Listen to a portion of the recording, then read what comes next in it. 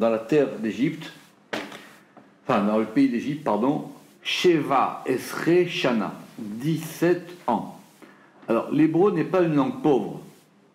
Or, si on veut dire Shana, c'est au singulier. Donc, c'est Shanim. Alors, Shana, c'est un faux ami, hein. Vous savez que c'est un masculin qui fait un pluriel féminin. Enfin, c'est un féminin, Shana. Au pluriel, c'est Shanim. Mais quand on va accorder le pluriel, ça sera Shanim Rabot. Ça sera de nombreuses années. D'accord? Donc, il vécut 17 ans. Mais 17 ans sans S. Puisque c'est Sheva Esre Shana. Vaï, et ils furent, Yémé Yaakov, les jours de Yaakov, Shene Chayav, les années, donc ici c'est au pluriel, les années de sa vie, Sheva Shanim, 7 ans, donc ici on est passé au pluriel, Ve'arba'im ou Me'at Shana, et 40 et 100 ans. Donc il a vécu 147 ans, Yaakov. D'accord? Donc si on fait attention au verset, il y a deux choses. Il y a le temps où Yaakov a vécu en Égypte et les années totales de vie de Yaakov. Il y a deux, dans le verset, donc il y a deux sujets. Il y a les années où Yaakov a vécu en Égypte, et là il y a marqué Vaïri, il vécut. Il vécut, Jacob, dans le pays d'Égypte 17 ans, et en marqué comme un singulier. Après Vaïhi, Yémé Yaakov, et après, et furent les jours de Jacob, les années de sa vie. Donc ici, c'est au. Donc, le Zohar, il va expliquer ça, mais il faut qu'on soit nous sensibles à ces nuances. C'est-à-dire que quand il vit en Égypte, c'est du présent. Vaïri, enfin, il vécut. C'est-à-dire, il a vécu en Égypte 17 ans. Et les années de sa vie ont été 147 ans. Pourquoi on nous met les deux choses dans le même verset? Parce qu'on a l'impression que d'un côté, il vit, il a vécu 17 ans en Égypte, et après, le compte global, c'est 147 ans. Alors, j'espère que tous vous connaissez l'histoire, c'est que pourquoi est-ce que Yaakov, il a vécu 17 ans en Égypte? Ce sont les 17 ans depuis que Yosef et ses frères se sont retrouvés, et Yaakov est venu les rejoindre, et donc les 17 dernières années de vie de Yaakov, il les a passées en Égypte. C'est clair ça? D'accord? Très bien. C'était ce qu'on a vu dans Parashat Vaïgash. Donc, il y a un autre exemple dans la Torah, si vous avez, où on a des décomptes d'années aussi un peu compliqués comme ça, c'est dans Chaye Sarah. Donc, dans Chaye Sarah, c'est-à-dire les vies de Sarah, là-bas aussi, c'est écrit sur une distinction comme ça. Si vous voulez regarder, pour Chaye Sarah, il est écrit Vaïou Chaye Sarah, et elles furent les vies de Sarah. Vie en hébreu, c'est toujours un pluriel. Hein. Il n'y a pas de vie au singulier. On peut dire de quelqu'un qu'il est vivant, on peut dire qu'il est Chaï, mais les vies, c'est toujours au pluriel. C'est Chaïm, toujours au pluriel. Chaïm ou Chaïm dans la forme construite. Donc, Vaïou Chaye Sarah, et elles furent les vies de Sarah, Meha Shana, 100 ans, mais 100 ans ici c'est au singulier, Ve Esrim Shana, et 20 ans, et temps au singulier aussi, Ve Sheva Shani, mais 7 ans, et là on est passé au pluriel. Shene Chaye Sarah, les années des vies de Sarah. Alors, dans Chaye Sarah, c'est pas le sujet ici, mais évidemment, on essaiera de comprendre pourquoi la Torah, elle a marqué ça. C'est-à-dire, d'abord, pourquoi est-ce qu'on a fait ce découpage? Pourquoi est-ce qu'on a fait? Pour Sarah, on a dit 100, 20 et 7. D'accord? Bon, le Midrash, il est connu, c'est qu'à 100 ans, elle était aussi belle qu'à 20 ans, et à 20 ans, aussi belle qu'à 7 ans. D'accord? Mais pourquoi est-ce qu'on est passé de Shana au singulier pour les 100 années, pour le centenaire? Pourquoi est-ce que pour les 20 années, on est passé au singulier? Et pourquoi est-ce que pour les 7 années, on est repassé au pluriel? Maintenant, dans Yaakov, ici, quand on reprend notre verset à nous, c'est plus complexe parce qu'on a un premier sujet qui sont le nombre d'années où Yaakov a vécu en Égypte, et après le décompte total des années de vie de Yaakov. Et les années de vie de Yaakov, on va leur donner une particularité, c'est-à-dire qu'on va dire Vaï Yeme Yaakov, voici les jours de Yaakov. Après, on a Shene Chayav, les années de sa vie, c'est-à-dire on est passé des jours aux années. Et après, on fait le décompte inverse, on part de 7 ans, Sheva Shanim, et après on a Ve'arba'im ou Me'at, et 40 et 100, c'est-à-dire 147 ans. Mais l'hébreu n'est pas une langue pauvre. On aurait très bien pu dire aussi Mea Verbaim. Donc ici, on a dit Verbaim ou Mea Shana. Donc ça, c'était pour vous faire sentir la difficulté de ce verset. Alors, évidemment, comme c'est toujours encore plus simple que ce qu'on croit, c'est-à-dire plus compliqué, on va commencer le Zohar. Alors, Vaïchi Yaakov Beres Misraïm Sheva Ve'esre Shana. Le Zohar qu'on va faire aujourd'hui va se analyser la première portion du verset, celle qui est sur Vaïchi Yaakov Beres Misraïm Sheva Ve'esre Shana. La deuxième partie du verset, si on a le temps, on verra après. Mais simplement le début du verset. Pourquoi est-ce qu'on a parlé des 17 années de vie de Yaakov ? Alors, je vous ai ramené là-bas le Orach Chaim, dans la note 1, qui va donner le ton tout de suite. Il dit, ce furent les années pendant lesquelles il eut de la vie. Parce qu'on va lire le verset littéralement. Yaakov, les années vraiment où il a vécu, c'est 17 ans. Il a vécu bien qu'en Égypte, à Goshen. Oui, c'est ça qu'on va voir. Mais, alors, le Rachaim, il a lu le Zohar, donc je vous donne un peu le ton de l'histoire, mais il faut comprendre qu'on lit le verset littéralement. Vaïchi Yaakov Be'eret Misraïm, il a vécu Jacob dans la terre d'Égypte 17 ans. Ce sont ses 17 meilleures années de vie. C'est là où ça s'appelle qu'il a vécu. On va voir pourquoi. Parce que toute sa vie, le pauvre, il a eu que des histoires. Mais on va analyser ces 17 années de vie de Yaakov, qui sont les 17 dernières années. Juste si on dit qu'il a vécu 147 ans, donc il est arrivé en Égypte à l'âge de... 130. Très bien. Alors... Mais elles sont meilleures parce que c'est les dernières années. Ah, doucement, déjà, doucement. Il pleurait plus son fils, déjà. Doucement. Vous voulez toujours les réponses avant les questions. On peut supposer ça. On peut supposer qu'il était affligé par la mort de son fils. On peut tous. La disparition. Et la même que la question de Rachid. Amai parshata da setima. Pourquoi cette paracha, cette péricope, elle est fermée? Ça veut dire quoi qu'une paracha, elle est fermée? Il y a des parachiotes ouvertes et des parachiotes fermées. Déjà, si vous avez remarqué, c'est que la paracha de Vaïchi, je vous explique la différence qu'il y a entre une paracha ouverte et une paracha fermée. La définition la plus simple, c'est simple. Quand c'est ouverte, on va à la ligne. On commence un nouveau paragraphe. Donc on fait dans le Sefer Torah un saut de ligne. On ouvre un nouveau paragraphe. D'accord? On saute une ligne. Le verset d'avant, il s'arrête là où il s'arrête. On laisse l'espace blanc et on fait un saut de paragraphe. Comme en écriture. Mais ce qui veut dire que quand on a une paracha fermée, on a décidé de commencer la paracha au milieu d'un paragraphe. D'accord?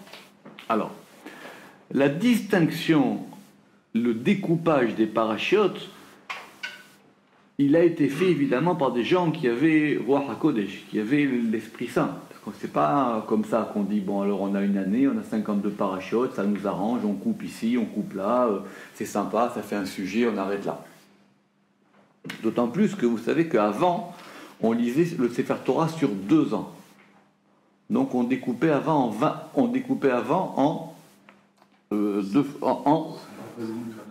en 106. D'accord? Nous, on découpe en 53. 50, c'est pas en 53 parce que parce que Vezot à Beracha, on ne la lit pas vraiment pendant le Shabbat, puis qu'on la lit toujours le jour de Simchat Torah. Mais on a un découpage des parachutes. Maintenant, on a un découpage des parachutes, mais on a aussi un découpage du texte.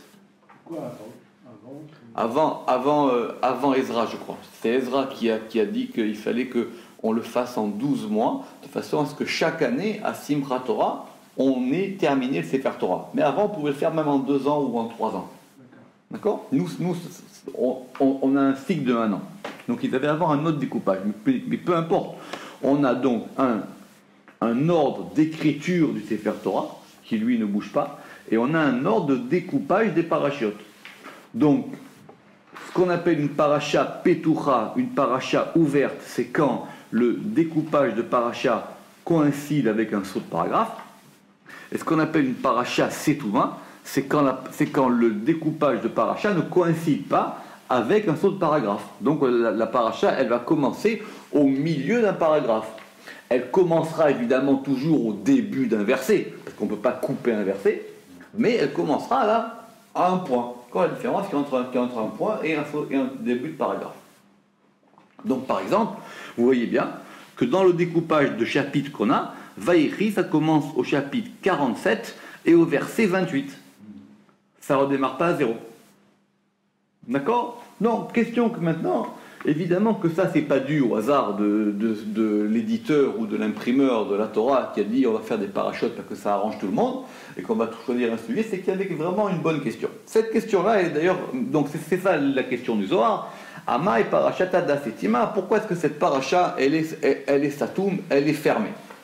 Donc apparemment c'était une vieille question, parce que même dans le Midrash elle est, et que Rashi aussi a cette question. Simplement Rashi, il va donner une explication différente. Je ne sais pas si vous avez Rashi devant vous, on peut prendre 2 minutes pour le prendre si vous voulez. Lama paracha zo setuma, pourquoi est-ce que cette paracha, elle est satouma, elle est fermée? Comme la même question que le Zohar. Ils ont la même question les deux. Les filles. Chez Kivan, chez Niftar Yaakov Avinu, parce que puisque Yaakov est mort, puisque cette paracha de Vaïchi, on a dit il a vécu, c'est pour dire qu'il est mort. Simplement la Torah, elle a insisté sur le côté de la vie. Elle n'a pas dit la mort de Yaakov. Donc puisque Yaakov est mort, Nistemu enehem velibam shel Israël, se sont fermés les yeux, enehem velibam et le cœur d'Israël, mitsarat ash'ibud, à cause de la douleur ou de la peine de l'asservissement. Chez Ithelu les Shabdam, parce qu'ils ont commencé à les asservir. D'accord? On va juste avec Rashi, il faut lire ça avec la loupe. C'est pas aussi simple que ça. Donc, il veut dire quoi ce Midrash? Que l'asservissement d'Égypte n'a commencé qu'à la mort de Yaakov. Donc, donc bien qu'ils se trouvent tous en Égypte, tous réunis, c'est-à-dire il y a Yaakov, les frères et Yosef et tout ça, le commencement de l'esclavage n'a commencé qu'à la mort de Yaakov. Comme s'il y avait une distinction entre les 17 années dont on va parler, qui ont été les 17 années de Yaakov et ses enfants en Égypte, et le début de l'esclavage. Donc on a fermé cette paracha, parce que cette paracha, elle est fermée. C'est-à-dire qu'à la fin de la paracha, si on peut dire, une fois que Yaakov meurt, alors là commence l'Égypte. Donc cette paracha qui indique la mort de Yaakov, elle est fermée. Elle marque une fin. Et évidemment, c'est qu'en plus, cette paracha, c'est la fin du livre de Bereshit. Mais cette explication ne plaît pas à Rashi. Pourquoi il ne plaît pas? Parce qu'il va en ramener une deuxième. Donc ceux qui étudient Rashi, ils savent que si Rashi ramène 2 explications, c'est qu'il n'y en a aucune des 2 qui lui plaise. Que si la première lui plaisait, ça suffirait, et si la seconde lui plaisait, il aurait mis la seconde. Donc s'il ramène les 2, c'est qu'il n'y a aucune des 2 qui lui plaise, mais qu'en même temps, les 2 sont nécessaires. Davaracher, c'est ça que ça veut dire, le Davaracher, ça que veut dire autre explication ou autre parole, chez Bikesh les galot et taketz les vanav, parce qu'il a voulu dévoiler le ketz, il a voulu dévoiler le terme, c'est-à-dire le terme de l'exil. Il a voulu dévoiler à ses enfants la fin des temps. À ses enfants, Venistam mimeno, et cela lui a été fermé. au sens où cela lui a été dérobé. Et c'est marqué dans Bereshit Rabbah. D'accord? Pourquoi la première, elle lui convient pas à Rashi? Parce que ce qui est sotem, ce qui est fermé, c'est pas la paracha. C'est qu'à la mort de Yaakov, c'est qu'à la mort de Yaakov commence l'exil. Or là, on parle encore de la vie de Yaakov. Yaakov, il n'est pas mort. Donc le Satoum, il n'est pas très clair. Maintenant, le deuxième Satoum, il veut dire quoi? Il veut dire que, comme si on lui avait... D'ailleurs, ce qu'il va se passer, c'est qu'on lui a obscurci la vision. On lui a obscurci la vision, puisqu'on verra, si vous regardez la paracha, c'est là qu'il y a le schéma Israël. Puisqu'effectivement, Yaakov, il a dit, il a réuni ses enfants, et il dit, je vais vous dire, moi, ce qui va se passer à la fin des temps. Et là, il a eu un blanc. D'accord? Là, il a eu un blanc. Et c'est là qu'il y a eu cet échange entre Shema Israël et Baruch Shem Kivod Makoto de Lambed, entre Yaakov et ses enfants. Mais, c'est pas la paracha, c'est un élément de la paracha. Donc les deux ne vont pas. Mais Rashi, il a quand même posé la question, qu'en tout cas, qu'il a ramené au nom du Midrash. D'accord? C'est-à-dire que c'est fermé parce qu'il n'y a pas de prophétie Donc elle est fermée. Elle est fermée, soit pour Yaakov, soit pour Israël.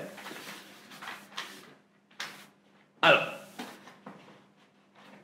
Donc, on a dit qu'on avait la même question dans le Zohar et dans Rashi. Ima et parachat Ada Setuma, Setima, pourquoi est-ce que cette paracha, elle est fermée? Rabbi Yaakov Amar, Rabbi Yaakov, il a dit, Besha'ata demit Yaakov, au moment où est mort Yaakov, Istimu Ainehun d'Israël, se sont fermés les yeux d'Israël. Alors, Rachid a ramené dans le Midrash que c'était les yeux et le cœur. Le soir, il a dit que les yeux. Yaakov. Rabbi Yaakov du Zohar. C'est intéressant. Parce qu'il y a beaucoup de gens qui lisent le Zohar, qui disent que le Zohar, il prend dans le Midrash. C'est vrai, il y a beaucoup de sources communes. Mais Rashi, il a ramené au nom du Midrash qu'il y avait marqué dans la première explication Nistemu anehem velibam chez l'Israël. Parce que se sont fermés les yeux et le cœur. Rabbi Yaakov, il dit c'est que les yeux, c'est pas le cœur. Leur cœur, il s'est pas fermé. Très bien. J'ai ramené le Keten Paz. J'aime beaucoup le Keten Paz. C'est un commentaire qui est malheureusement épuisé depuis déjà presque un siècle. Mais il dit, ça veut dire quoi que le Zohar, il a dit que les yeux d'Israël se sont fermés? C'est pas qu'ils sont fermés, qu'ils n'ont pas vu. Ils se sont fermés, qu'ils n'ont pas éclairé. Les yeux d'Israël sont comme les étoiles qui éclairent par la lumière du soleil. Yaakov qu'elles reçoivent. Yaakov, c'est l'émetteur de lumière. Et Israël, les yeux d'Israël sont les réflecteurs de la lumière de Yaakov. Comme Yaakov meurt, il n'y a plus de passage de la lumière, et donc leurs yeux, ils n'éclairent plus. Il était beaucoup plus craché.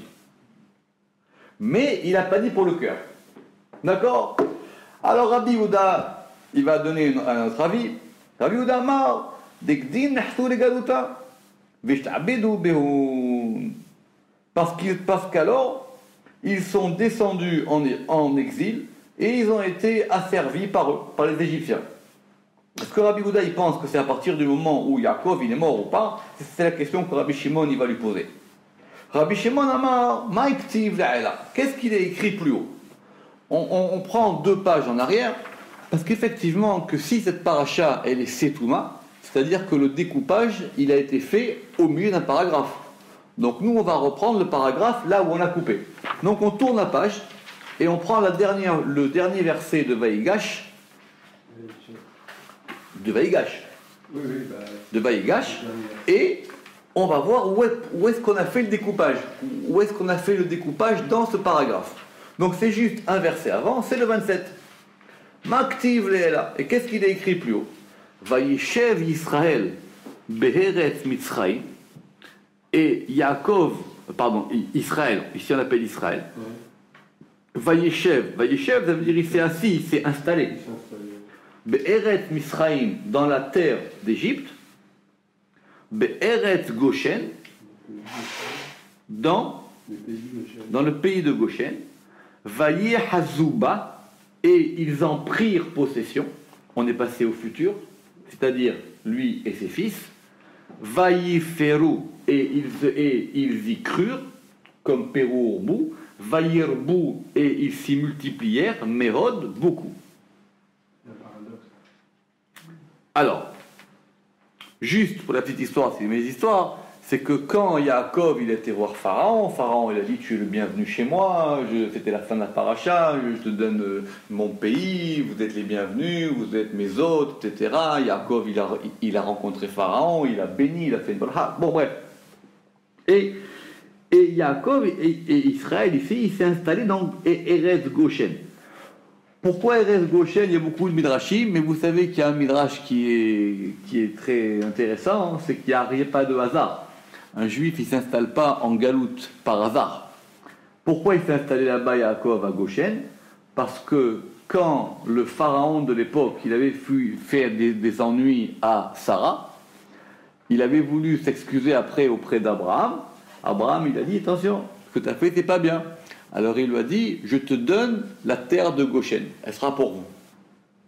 Donc il s'est installé là-bas parce que ça appartenait à Sarah. D'accord? Donc l'exil, c'est pas aussi qu'on va n'importe où. Si on va dans un endroit, c'est qu'il y a une raison pour laquelle on va dans un endroit. Donc, qu'est-ce qu'on dit? Alors, effectivement, d'un côté, on voit. Donc, le dernier verset de la paracha d'avant, il dit quoi? Que Yaakov, il s'est installé en Égypte, il s'est installé à Goshen, ils ont pris possession. C'est de là que le Midrash, il apprend que ça nous appartenait, c'est-à-dire Vayahazu, c'est une Achouza. Oui, une Achouza, ils en ont pris possession, ou même ils l'ont saisi, l'Achos, c'est saisir, et ils ont prospéré là-bas. Ils ont prospéré là-bas. Alors si c'est comme ça, il dit Rabbi Shimon, on va dire au Zohar, Rabbi Shimon, non, m'active là. Qu'est-ce qu'il écrit plus haut?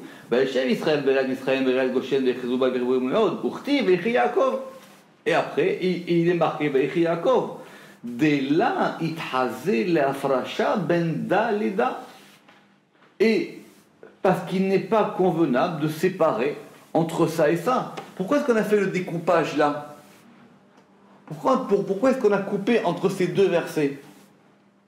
D'un côté, on voit que Yaakov il s'installe en Égypte, tout va bien, ils sont très très bien accueillis, ils ont une très belle terre, ils prospèrent, et après Vayechi.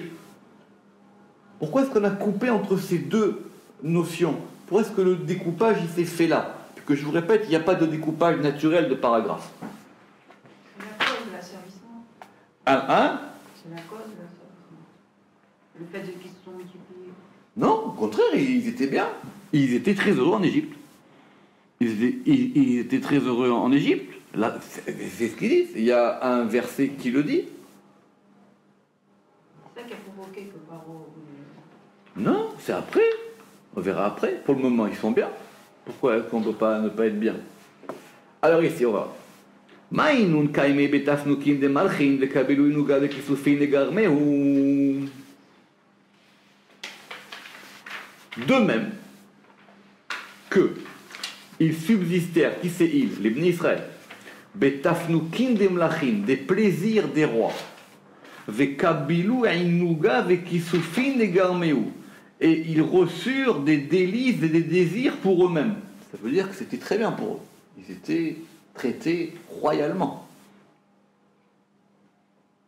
Ouf, Yaakov Nami, de même, Jacob aussi, Kayam betafnuke melachin, lui aussi, il a vécu avec les délices des rois. Bainuga avec Isoufa les garmés, avec des délices et des plaisirs pour lui-même.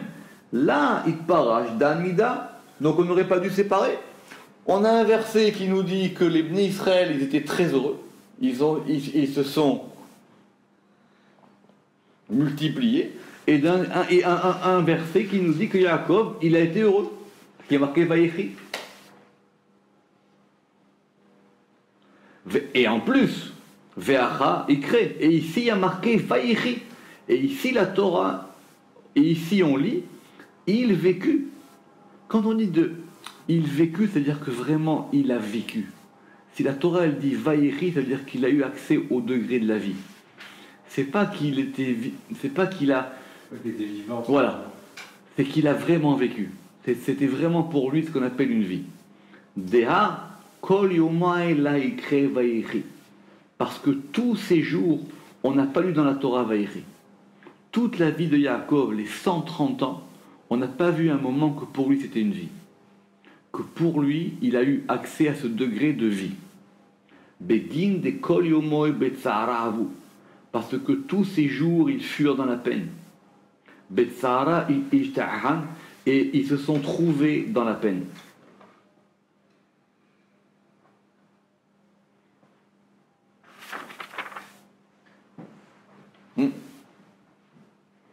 Alors il y a ici des gens qui vont ramener que Vaïchi Yaakov c'est Gematria 216, que 216 c'est Gematria Gvura, parce que ça veut dire que il a eu effectivement des choses très difficiles, et que 17 c'est Gematria Tov, parce qu'effectivement ça a été des bonnes années pour lui. Donc il y a eu des degrés difficiles, et que là maintenant c'est ça l'explication de Tov, c'est que pour lui il est rentré dans son degré de bon. Et c'est vrai que la vie de Yaakov elle a été dure. À l'active, à son propos il est écrit Lo shalafti velo shakati velo nahti vayavo rogez. Alors c'est marqué à propos de Yov, mais ici on le lit à propos de Yaakov. Il dit Lo shalveti, je n'ai pas eu de shalva. La shalva c'est plus que le calme, c'est la quiétude. Je n'ai pas été tranquille. Lo shalveti velo shakati, et je n'ai pas eu de sheket, je n'ai pas eu de tranquillité, je n'ai pas eu de silence. Velo nahti, et je n'ai pas eu de repos. Vayavo rogez, et il est venu le rogez. Alors les Mefarshei Zohar, ils ont dit pourquoi ce verset on l'applique comme ça.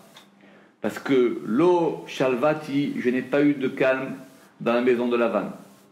Velo shakati, je n'ai pas eu de tranquillité ni par Esav ni par le Sar chez les Sav. Les deux, ils m'ont embêté. Lo nahti, et je n'ai pas eu de repos de Dina. Dès que je me suis installé, Dina, elle a été kidnappée. Et après, va Yavo Rogez, et après est venu le courroux, et Yosef, il a disparu. Donc il dit, j'ai pas vécu. Pas vécu. J'ai jamais été tranquille. Lo shalvati, lo shakati, lo nahti, va Yavo Rogez. Batar denahat le Mitzrayim. Après qu'il descendit en Égypte, il crée Vaïchi, on va lire, il vécut. Hamal Ibré Malka, il a vu son fils qui était devenu un roi. Hamal Echol Benu Zakaïn Tzadikin, il a vu tous ses enfants qui étaient des méritants et des justes. Vekuleu Beta'anuge Betafnuke Alma, et tous dans les plaisirs et les désirs du monde.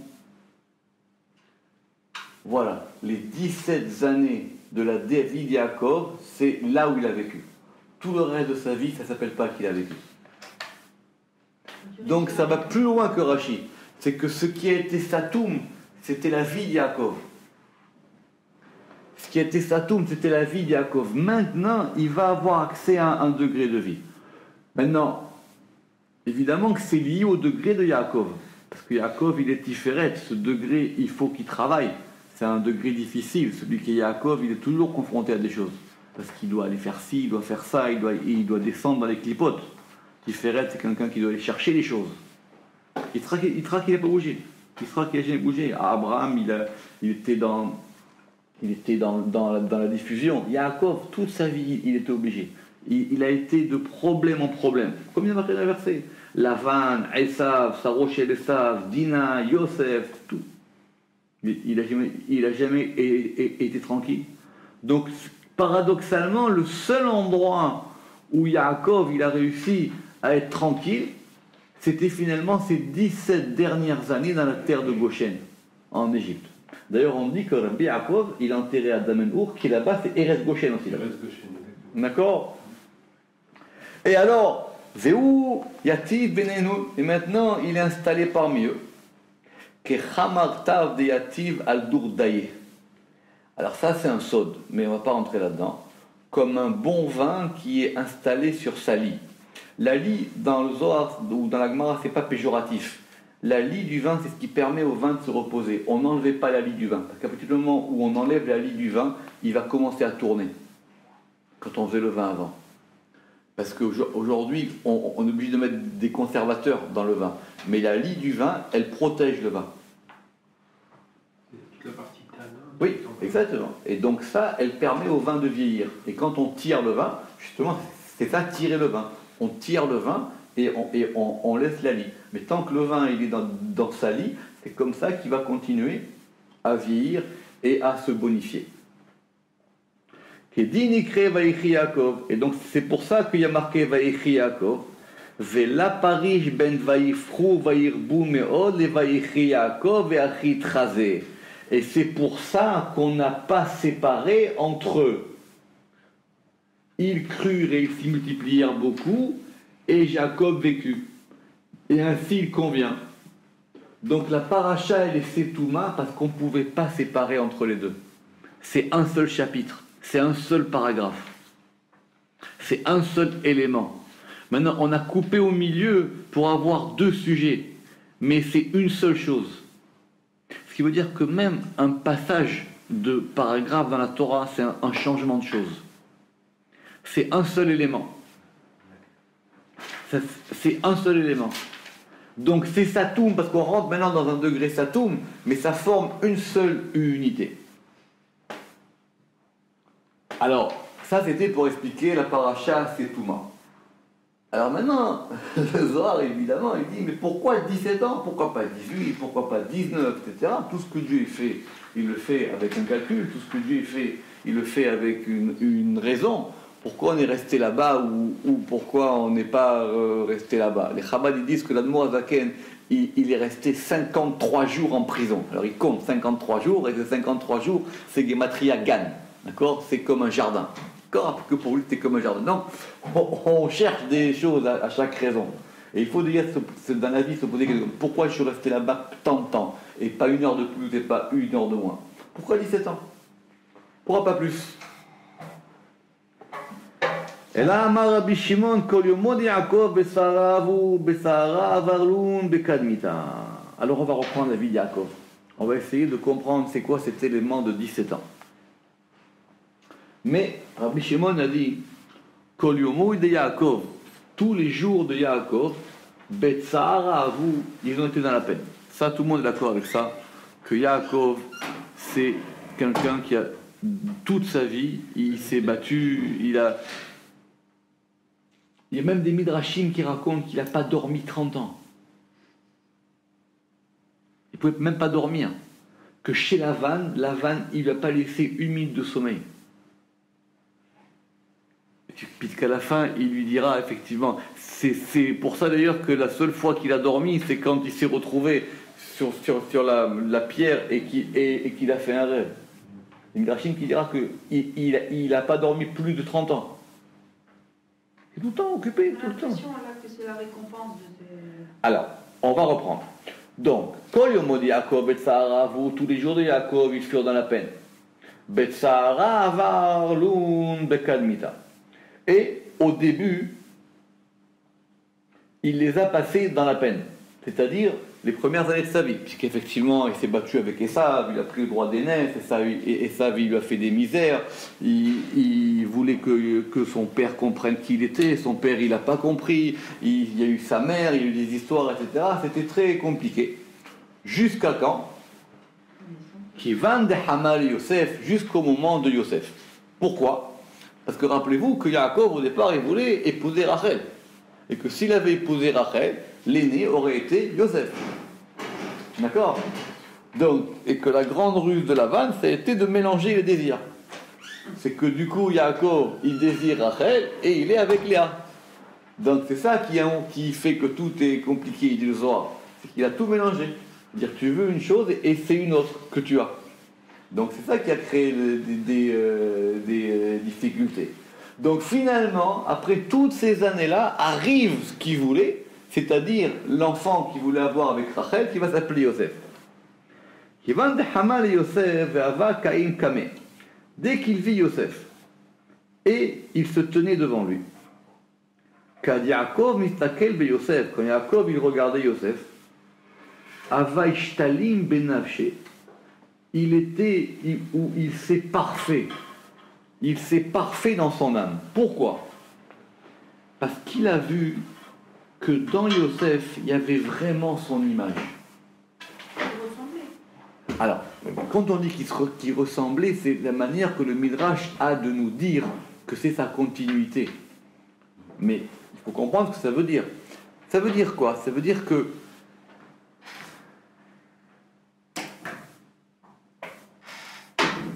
c'est comme quand la Torah elle a dit Ele Toldot Yaakov Yosef. Il a compris que dans Yosef, il allait pouvoir avoir un renouvellement et en même temps une continuité. Il a compris que Yosef, c'était lui qui portait quelque chose. Oui. Et ça n'a pas été donné au Havot. Parce qu'Abraham, si ce n'était pas Sarah, il voulait choisir Ishmaël. Yitzhak, si ce n'était pas Rivka, elle voulait choisir Esav. Yaakov, lui, il a su où ça devait se passer. Malheureusement, c'est pour ça que Lavan, il est venu et il a fait l'histoire à l'envers. Mais il y a un truc, si Rachel n'avait pas donné les... Donc, on reprend le Zohar avec Ivan de Hamal Yosef, Avakaim Kamene, que Yaakov istakel be Yosef, quand Yaakov il regardait Yosef, Avaishtalim benafshi, c'est-à-dire son âme maintenant, elle devenait parfaite. Ilu Hamal de Yosef, comme s'il voyait la mère de Yosef. Pourquoi? Parce que Yosef va survivre à sa mère. Donc la seule consolation qu'il avait quand sa femme est morte, c'était son fils. Donc quand on lui a pris son fils, on lui a pris aussi sa mère. C'est vrai, c'est lui. Des chapirous de Yosef, d'Amé, des chapirous de Rachel. Parce que la beauté de Yosef, elle était comme la beauté de Rachel.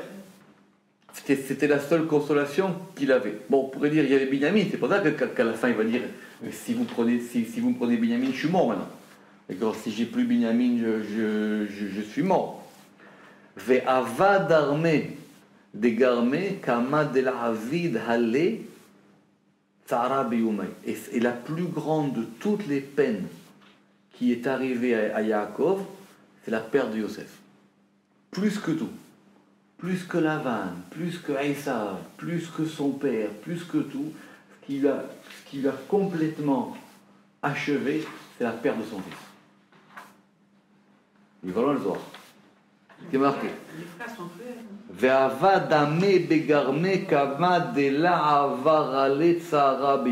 Et il lui sembla qu'aucune peine ne lui était jamais arrivée de ses jours. Aussi grand que ouais. La perte de... C'est rien. Tout ce qu'il a vécu, c'est rien par rapport à ce que ça a été pour lui la perte de Yosef. Vekad Yosef itpare shmine. Et quand Yosef fut séparé de lui, Kedin itkayem, alors c'est réalisé, Lo shalafti velo shakati velo nahati vayavorogev. Rabbi Shimon, il dit le pasouk d'une autre manière, que ce pasouk-là, maintenant, il ne s'applique qu'à Yosef. Il ne s'applique pas à tout. Ou même on peut dire que c'est à ce moment-là qu'il voit toutes les peines qu'il a eues, plus celle-là. Qu'une peine, elle réveille aussi les autres peines. Or, c'est quoi le sod que le Zohar il va nous donner? Ou bizmanad itparesh Yosef mine maktiv, ve Yosef ben Sheva ve esre shana aya roe. Et Yosef, à quel âge il est parti? À 17 ans. Donc le Zohar il va expliquer maintenant que les 17 années où ils étaient ensemble, ils vont correspondre aux 17 dernières années de la vie de Yaakov. Donc Yaakov, quelque part, les 17 années, les premières qu'il a eues avec un peu de nahat, un peu de tranquillité, c'est de la naissance de Yosef jusqu'à la disparition de Yosef.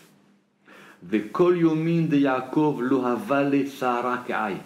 Et toute la vie de Yaakov, il n'a pas eu de peine comme celle-ci.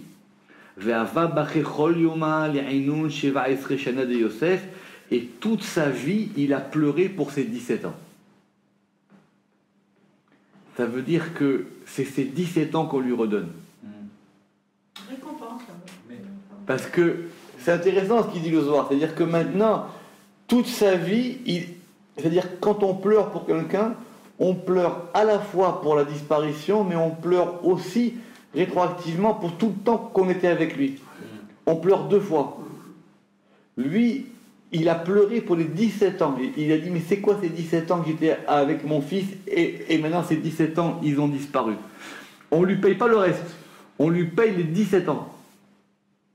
Maïkati voulait. Et qu'est-ce qu'on lui a répondu? Ve Yosef yashit yado al enecha. Et on lui a dit, et Yosef, il posera sa main sur tes yeux. Il était vivant. Non. Les frères, ils ont retrouvé Yosef. Yosef, il lui a envoyé les agalotes et tout ça. Et quand même Yaakov, il dit, je ne vais pas quand même aller en Égypte comme ça. Et Dieu, il lui a parlé. Et il lui a dit, va en Égypte, ne t'inquiète pas. Il se passera des choses après, etc. Mais au moins, je te dis, c'est Yosef qui fermera tes yeux. Donc ça veut dire quoi? Ça veut dire que ce qu'on lui donne maintenant, c'est que la possibilité de rattraper ce temps d'avec Yosef, et que c'est Yosef ton fils qui va être avec toi dans tes derniers moments. Et donc maintenant, et maintenant tu sais quoi, je vais te redonner 17 ans. Tu as eu tes premières 17 ans avec Yosef, maintenant je te redonne encore 17 ans. Dans les plaisirs et les profits et les désirs. Et c'est pour ça qu'il est écrit Vaïchi Yaakov Be'eret Misraim Sheva Esre Shana. Et Yaakov, il a vécu au sens fort 17 ans. Comme il a dit, le Ketempas, on lui a donné 17 autres années de bonheur, équivalentes aux premières 17 années que Yaakov passa avec Yosef. Alors, le Zohar, le Chida, évidemment, il a découpé maintenant sur une petite phrase en plus. Ta'ana, on a enseigné Kol Inun Shanin, toutes ces années, Shrinta Yekara de Kucha Berichu Imeishtakar, la résidence divine, la gloire du Saint béni soit-il, Imeishtakar, elle résidait avec lui. Ou Beginka Chaim Mikrun, et c'est pour ça que ça s'appelle Lévi. Ça veut dire quoi? Est-ce qu'on dit simplement qu'il a vécu parce qu'il était heureux de retrouver ses enfants? On veut dire autre chose. Pourquoi ce terme de vie, maintenant, le Zohar, il donne un élément aussi important de dire que la vie, c'est qu'il retrouve la vie, etc. Et avant aussi, il vivait. Chaim, c'est que maintenant, comme il est de nouveau avec Yosef, il a de nouveau un rapport avec la Shrina. C'est ça que le Zohar dit que tout le temps le Midrash, que tout le temps que Yosef, il n'était pas avec Yaakov, il avait perdu le roi HaKodesh. Il ne pouvait plus voir. Parce que maintenant, il a de nouveau un rapport avec la Shrina. C'est Yosef qui lui procure ce rapport avec la Shrina. C'est ça, maintenant, grâce à ça, que Yaakov, il est de nouveau relié. Et c'est pour ça qu'il se dit, si maintenant j'ai retrouvé ça, alors je vais vous dire, moi, ce qui se passera à la fin des temps. Mais pourtant, il est à l'extérieur de l'Eretz Israël. Oui, alors ça, c'est une question. Ça, c'est une question qu'il faut poser aux Zohar. C'est vrai. Ça, c'est une question qu'il faut poser aux Zohar. Mais ici, mes fourrages du Zohar, qu'effectivement, ce degré-là de Yaakov, il a. Parce que Yaakov, quelque part, lui, il ne ressent pas la galoute. Là où il est, c'est Eretz Israël. Pour les enfants, c'est différent. Pour Yaakov, là où il est, ça ne bouge pas. Baruch Adonai Leolam, Amen ve Amen.